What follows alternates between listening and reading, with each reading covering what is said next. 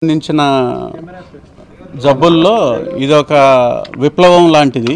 So అందరికీ తెలుసు కదా, ట్యూబర్క్లోసిస్ అంటే ఊపిరితిత్తులు మిగతా వాటికి వస్తుందని. ఈ గుండె సంబంధించి గుండె కండరాలకి టీబీ సోకడం అనేది ఇది ఎవరు అనుమానించరు జనరల్గా, ఫిజిషియన్స్ కానీ కార్డియాలజిస్ట్ స్పెషలిస్ట్ కానీ.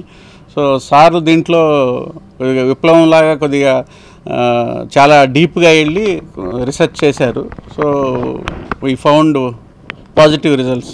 కొద్దిగా అంటే కంక్లూజన్ వచ్చాము పార్షియల్లీ. గుండె సంబంధించింది, గుండె కండరాలు దెబ్బతిన్న వల్ల గుండెలో ఏంటంటే ఈ గుండెని వేగాన్ని కొట్టుకునే శక్తిని నిరోధించే అవి ఉంటాయి, ట్రాక్స్ అంటాం. అవి దెబ్బతినడం వల్ల ఇది గుండె కొట్టుకునే వేగంలో చాలా మార్పులు వస్తాయి.